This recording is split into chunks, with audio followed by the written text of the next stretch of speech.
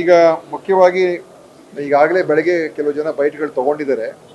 ಆದರೆ ಈ CT MRI ವಿಷಯದ ಬಗ್ಗೆ ಭಾಳ ದೊಡ್ಡ ಮಟ್ಟದಲ್ಲಿ ನಿನ್ನೆ ವಿರೋಧ ಪಕ್ಷದವರು BJPಯವರು ಎಲ್ಲ ಏನು ಸರ್ಕಾರ ಪ್ಯಾರಾಲಿಸಿಸ್ ಆಗೋಗಿದೆ ಅಂತ ಹೇಳಿ ಏನೆಲ್ಲ ಹೇಳಿಕೆಗಳು ಕೊಟ್ಟಿದ್ದಾರೆ. ಮತ್ತು ಇದಕ್ಕೆ ದುಡ್ಡು ಅವ್ರಿಗೆ ಕೊಟ್ಟಿಲ್ಲ.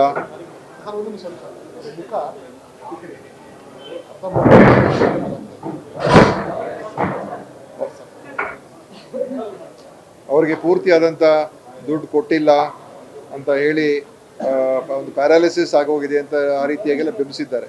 ಮತ್ತು ಒಂದು ಕಂಪನಿಯ ಒಂದು ಬೇಡಿಕೆ ಆಧಾರದ ಮೇಲೆ ಮತ್ತು ಅವರು ಒಂದು ಖಾಸಗಿ ಕಂಪನಿ ತೊಗೊಂಡಿರ್ತಕ್ಕಂಥ ಕ್ರಮದ ಮೇಲೇ ವಿರೋಧ ಪಕ್ಷದವರು ಅದನ್ನು ರಿಯಾಕ್ಟ್ ಮಾಡಿದ್ದಾರೆ. ನಾನು ಅದಕ್ಕೇನು ಟೀಕೆ ಅವ್ರು ಮಾಡೋಕ್ಕೆ ಹೋಗಲ್ಲ. ಯಾಕೆಂದರೆ ಅಂತಿಮವಾಗಿ ನಮ್ಮ ಉದ್ದೇಶ ಏನಂತ ಹೇಳಿದ್ರೆ ಸಾರ್ವಜನಿಕ ತೊಂದರೆ ಆಗಬಾರ್ದು. ಆ ಕಂಪನಿಯವ್ರು ಏನೇ ಹೇಳಲಿ ನಾವೇ ಏನಾದರೂ ಮಾಡಿ ನಾವೇನು ಮಾಡಿದ್ರು ಕೂಡ ಅದು ಅಂತಿಮವಾಗಿ ಜನರಿಗೆ ತೊಂದರೆ ಆಗಬಾರ್ದು. ಈಗ ಈ CT MRI ವಿಚಾರದಲ್ಲಿ ಅವರು ಸ್ಥಗಿತ ಮಾಡಿರುವಂಥದ್ದು ನಮಗೆ ಸುಮಾರು 140 ಕೋಟಿ ರೂಪಾಯಿ ಬಾಕಿ ಬೇಕಾಗಿದೆ ಅಂತ ಹೇಳಿರುವಂಥದ್ದು. ಅದಕ್ಕೆ ನಮ್ಮ ಒಪ್ಪಿಗೆ ಇಲ್ಲವೇ ಇಲ್ಲ. 140 ಕೋಟಿ ರೂಪಾಯಿ ಕೊಡೋಕೆ ಆಗೋದಿಲ್ಲ ಅಂತಲೇ ನಾವು ಅವ್ರಿಗೆ ಹೇಳಿದ್ದೀವಿ. ಅಷ್ಟು ಕೊಡೋಕೆ ಬರೋದಿಲ್ಲ ಅಂತಲೂ ಕೂಡ ಹೇಳಿದ್ದೀವಿ. ಮತ್ತು ಇದೇನು ಅವ್ರು ಕೇಳ್ತಾ ಇರುವಂಥದ್ದು ಡ್ಯೂಸು 2019ನೇ ಇಸ್ವಿಯಿಂದ ಅವರು ಲೆಕ್ಕ ಹಾಕಿ ಅಷ್ಟು ಡ್ಯೂಸ್ ಎಲ್ಲ ಅವರು ಕೇಳ್ತಾ ಇರುವಂಥದ್ದು. ಅದು ಅವರು ಕಳೆದ 1-2 ವರ್ಷದಿಂದ ಕೇಳ್ತಾ ಇದ್ದಾರೆ. ನಾವು ಅದಕ್ಕೆ ನಮ್ಮ ಬೇರೆ ಬೇರೆ ಕಾರಣಗಳಿಂದ ಯಾಕೆ ಕೊಡೋಕ್ಕಾಗಲ್ಲ ಅಂತ ನಾವು ಹೇಳಿದ್ದೀವಿ. ಮುಖ್ಯವಾಗಿ ಈ PPP ಮಾಡೆಲ್ ಅಡಿಯಲ್ಲಿ ಈ ಕಂಪನಿ ನಡೆಸ್ತಾ ಇರತಕ್ಕಂಥದ್ದು ಈಗ ಸ್ಥಗಿತ ಮಾಡಿದ್ದಾರೆ. ಆದರೂ ಕೂಡ ನಾವು ಪರ್ಯಾಯ ವ್ಯವಸ್ಥೆಗಳನ್ನೆಲ್ಲ ಮಾಡಿದ್ದೇವೆ ಮತ್ತು ಬಹುತೇಕ ಕಡೆ ಈಗಾಗಲೇ ಚಾಲುವಾಗಿದೆ. ಕೋಲಾರ್ನಲ್ಲೂ ಕೂಡ ಪರ್ಯಾಯವಾದ ವ್ಯವಸ್ಥೆ ಮಾಡಿದ್ದೇವೆ ಮತ್ತು ಬಹುಶಃ ನಾಳೆ ಅಷ್ಟೊತ್ತಿಗೆ ಈ ಎಲ್ಲ 13 ಇದು ಇಡೀ ರಾಜ್ಯಾದ್ಯಂತ ಏನಲ್ಲ 13 ಆಸ್ಪತ್ರೆಗಳಲ್ಲಿ ನಾವು ಅದಕ್ಕೆ ಪರ್ಯಾಯ ವ್ಯವಸ್ಥೆಯನ್ನು ಮಾಡ್ತಕ್ಕಂಥದ್ದು ಕೂಡ ನಾಳೆ ಅಷ್ಟೊತ್ತಿಗೆ ಎಲ್ಲ ಕಡೆ ಆಗಿರ್ತದೆ. ಸೊ ಸಾರ್ವಜನಿಕರಿಗೆ CT ಸ್ಕ್ಯಾನ್ ತೊಗೊಳೋದಕ್ಕಾಗಲಿ MRI ಸ್ಕ್ಯಾನ್ ತೊಗೊಳಕ್ಕಾಗಲಿ ಅವ್ರು ಬೇರೆ ಕಡೆ ಹೋಗಿ ತೊಗೋಬೋದು. ಮತ್ತು ಅದಕ್ಕೆ ಯಾವುದೇ ರೀತಿ ಹಣಕಾಸಿನ ಸಮಸ್ಯೆ ಏನಿಲ್ಲ. ನಾವು ಈಗ ಇನ್ನೂ ಕೇಂದ್ರದಿಂದ NHM ಹಣ ಬಂದಿಲ್ಲ ನಮಗೆ. ಆದರೂ ಕೂಡ ಅದರ ಬಗ್ಗೆ ನಾನೇನು ದೊಡ್ಡ ರಾಜಕೀಯ ಮಾಡ್ತಾ ಇಲ್ಲ. ಅದು ನಾಳೆ ಆಯಿತು ನಾಳಿದ್ದು ಅಥವಾ ಮುಂದಿನ ತಿಂಗಳು ಬರ್ಬೋದು. ಅದೇ ಸರ್ಕಾರದಿಂದನೇ ನಮ್ಮ ರಾಜ್ಯದ ಹಣದಿಂದನೇ ಕೊಡೋದಕ್ಕೆ ನಾವೆಲ್ಲ ತಯಾರಾಗಿದ್ದೀವಿ, ಕೊಡ್ತಾ ಇದ್ದೀವಿ. ಅದ್ರ ಬಗ್ಗೆ ಏನು ಸಮಸ್ಯೆ ಏನಿಲ್ಲ. ಆದರೆ ಎಷ್ಟು ಕೊಡಬೇಕು ಏನು ಕೊಡಬೇಕು ಈಗ ಅಶೋಕ್ ಅವರು ಭಾಳ ವಕಾಲತ್ ವಹಿಸ್ತಾ ಇದ್ದಾರೆ. ಅಂದರೆ ಇವ್ರಿಗೆ ಏನು ಕೇಳಿದೆಲ್ಲ ಕೊಟ್ಬಿಡ್ಬೇಕು ನಾವು. ಮತ್ತು ರಾಜ್ಯದ ಹಣ ಬೊಕ್ಕಸಕ್ಕೆ ನಷ್ಟ ಆದರೂ ಕೂಡ ಕೊಟ್ಬಿಡ್ಬೇಕು ಅಂತ ಅವ್ರು ತಿಳ್ಕೊಂಡಿದ್ರೆ ಅಥವಾ ಆ ರೀತಿಯಾದ ಅರ್ಥದಲ್ಲಿ ಹೇಳಿದ್ರೆ ಅದು ನಾವು ಒಪ್ಕೊಳ್ಳೋಕೆ ತಯಾರಾಗಿಲ್ಲ. ಯಾಕೆಂತ ಹೇಳಿದ್ರೆ ನಿಮಗೆ ನಾನೆಲ್ಲ ಮಾಹಿತಿ ಕೊಡ್ತೀನಿ. ನಾನು ಪತ್ರಿಕಾಗೋಷ್ಠಿಯನ್ನೇ ಕರೆದಿದ್ದೆ. ಹಿಂದೆ ಇದೇ ಏನು ಕೃಷ್ಣ ಡಯಾಗ್ನೋಸ್ಟಿಕ್ಸ್ ಅವರು ಪ್ರತಿ ದಿವಸ ನಾನು ಏಪ್ರಿಲ್, ಮೇ, ಜೂನ್, ಜುಲೈ 2024ನೇ ಇಸ್ವಿ ಆ 4 ತಿಂಗಳ ಅಷ್ಟು ಮಾತ್ರ ತೊಗೊಂಡಿದ್ದೀನಿ. ಅದ್ರ ಹಿಂದಿನ ತೊಗೊಳ್ತಾ ಇಲ್ಲ. ಪ್ರತಿ ದಿವಸ ಆವ್ರೇಜ್ ಆಗಿ 63 ಸ್ಕ್ಯಾನ್ ತೊಗೊಳ್ತಾ ಇದ್ರು.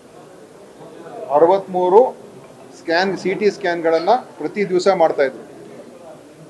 ಆಮೇಲೆ ನಾವು ಇದನ್ನು ನೋಡಿದ ನಂತರ ಆಗಸ್ಟ್ ತಿಂಗಳಲ್ಲಿ ನಾವು ಯಾಕೆ ಇಷ್ಟೊಂದು ಆಗ್ತಾಯಿದೆ ಅಂತ ಹೇಳಿ ನಾವೆಲ್ಲ ಸ್ವಲ್ಪ ವಿಚಾರಣೆ ಮಾಡಿದಾಗ ನಮ್ಗೆ ಅನುಮಾನಗಳು ಬಂತು. ಆಮೇಲೆ ಒಂದು ಸುತ್ತೋಲೆ ಓಡಿಸ್ದೋ. ಅದರಲ್ಲಿ ಏನಂತ ಹೇಳಿದ್ರೆ ಒಂದು ಸ್ಕ್ಯಾನ್ಗಳನ್ನು ಮಾಡಬೇಕಾದ್ರೆ ನೀವು ಬೇರೆ ಬೇರೆ ಸೆಗ್ಮೆಂಟ್ ತೊಗೊಂಡು ಸ್ಕ್ಯಾನ್ ಮಾಡಬಾರ್ದು. ಒಂದೇ ಸಲ ಒಂದು ಬಾಡಿ ಸ್ಕ್ಯಾನ್ ತೊಗೊಂಡಾಗ ಪೂರ್ತಿ ಒಂದೇ ಸಲ ತೊಗೋಬೇಕು ಅಂತೇಳಿ ಅನೇಕ ಬೇರೆ ಬೇರೆ ನಾವು ಮಾನದಂಡ ಇಟ್ಟು ಇದೇ ಪ್ರಕಾರ ನೀವು ಸ್ಕ್ಯಾನ್ ಮಾಡಬೇಕು ಅಂತ ಹೇಳಿದಾಗ ಅದರ ನಂತರ ಸ್ವಲ್ಪ ಮಟ್ಟಿಗೆ ಕಮ್ಮಿ ಆಯಿತು. ಅದು ಆ ಆದೇಶ ಆಗಿ ಆಗಸ್ಟ್ ತಿಂಗಳಿಗೆ, ಜುಲೈಯಲ್ಲಿ ಸರಾಸರಿ 63 ಇತ್ತು ಜುಲೈಯಲ್ಲಿ. ಆಗಸ್ಟಿಂದ ನವೆಂಬರ್ಗೆ 49ಗೆ ಇಳೀತು. ಆಯಿತಾ. ಆಮೇಲೆ ನಾವೇನು ಮಾಡೋದು, ಸ್ಯಾಸ್ಟ್ ಮುಖಾಂತರ ನಿಮ್ಗೆ ಹಣ ಪಾವತಿ ಆಗಬೇಕು ಅಂತೇಳಿ ನಾವು ನವೆಂಬರ್ ತಿಂಗಳಲ್ಲಿ ಇನ್ನೊಂದು ಆದೇಶ ಮಾಡೋದು. ಅಂದರೆ ಅದಕ್ಕೆ ಡಾಕ್ಟ್ರು ಸರ್ಟಿಫೈ ಮಾಡಬೇಕು ಯಾವ ಕಾರಣಕ್ಕೆ ಸ್ಕ್ಯಾನ್ ತೊಗೊಳ್ಬೇಕಾಗಿದೆ. ಆ ಸ್ಕ್ಯಾನ್ ಸ್ಯಾಸ್ಟ್ ಮುಖಾಂತರ ಅವ್ರಿಗೆ ಪೇಮೆಂಟ್ ಹೋಗೋ ಥರ ಮಾಡೋದು. ಅದಾದಮೇಲೆ ಅವ್ರು ಎಷ್ಟು ಇಳಿಕೆ ಆಯ್ತು ಗೊತ್ತಾ, ನವೆಂಬರ್ ತಿಂಗಳಲ್ಲಿ ಅದು ಸರಾಸರಿ ಡಿಸೆಂಬರಿಂದ ಮಾರ್ಚ್ 25ನೇ ಇಸ್ವಿವರೆಗೂ, ಡಿಸೆಂಬರ್ 24ರಿಂದ ಮಾರ್ಚ್ 25ಕ್ಕೆ 15ಕ್ಕೆ ಇಳೀತು. ಅಂದರೆ ಏಪ್ರಿಲಿಂದ ಜುಲೈ, ನಾನು ಹಿಂದಿನ ವರ್ಷದ ಅಷ್ಟೇ ಇರ್ತು, ಅದ್ರ ಬಗ್ಗೆ ಹೇಳ್ತಾ ಇಲ್ಲ. ಏಪ್ರಿಲ್ ಟು ಜುಲೈ 2024 63 ಇತ್ತು.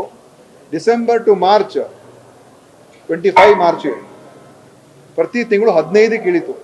ಅಂದರೆ CTಯಲ್ಲೇ ಏನು ಪ್ರತಿ ತಿಂಗಳು 15 ಕೋಟಿ ರೂಪಾಯಿ ವೆಚ್ಚ ಆಗ್ತಾ ಇತ್ತು. ನಾವು ಅವ್ರಿಗೇನು ಹಣ ಪಾವತಿ ಮಾಡ್ತಾ ಇದ್ದು ಕೃಷ್ಣ ಡಯಾಗ್ನೋಸ್ಟಿಕ್ಸ್ಗೆ 15 ಕೋಟಿ ಇದ್ದಿದ್ದು ನವೆಂಬರ್ಗೆ 3,63,00,000ಕ್ಕೆ ಇಳೀತು.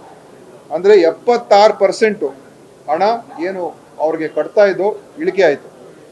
ಮತ್ತು MRIಯಲ್ಲಿ ಅವ್ರಿಗೆ ನಾವು ಏಪ್ರಿಲ್ ತಿಂಗಳಲ್ಲಿ 55 ಇತ್ತು ಸರಾಸರಿ, ಏಪ್ರಿಲ್ ಟು ಜುಲೈ.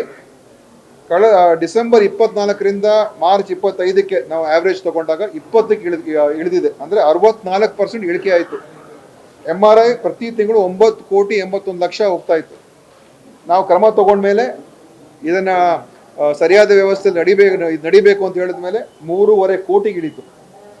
ಅಂದರೆ CTಯಲ್ಲಿ 76% ಇಳಿಕೆ ಆಯಿತು ನಮ್ಮ ವೆಚ್ಚ ಪ್ರತಿ ತಿಂಗಳು. MRIಯಲ್ಲಿ ಪ್ರತಿ ತಿಂಗಳು 64% ಇಳಿಕೆ ಆಯಿತು. ಸೊ ಇದು ಯಾರಿಗೆ ಉಳಿತಾಯ? ಇದು ನಾವು ಪಾರದರ್ಶಕವಾಗಿ ಇವ್ರ ಕಾಲದಲ್ಲಿ 3 ವರ್ಷ ಅವ್ಯಾತವಾಗಿ ನಡೆದಿತ್ತಲ್ಲ, ಇವರೇನು ಅದ್ರ ಬಗ್ಗೆ ಗಮನ ಕೊಟ್ಟಿರಲಿಲ್ಲ. ನಮ್ಮ ಸರ್ಕಾರ ಬಂದ ಮೇಲೆ ಇದೆಲ್ಲ ನೋಡಿದ ನಂತರ ನಾವು ಅದನ್ನು ಪರಿಶೀಲನೆ ಮಾಡಿ ನಾವು ಅದನ್ನು ಒಂದು ಕಡೆ ಸರಿಯಾದ ವ್ಯವಸ್ಥೆ ತೊಗೊಂಡು ಬಂದು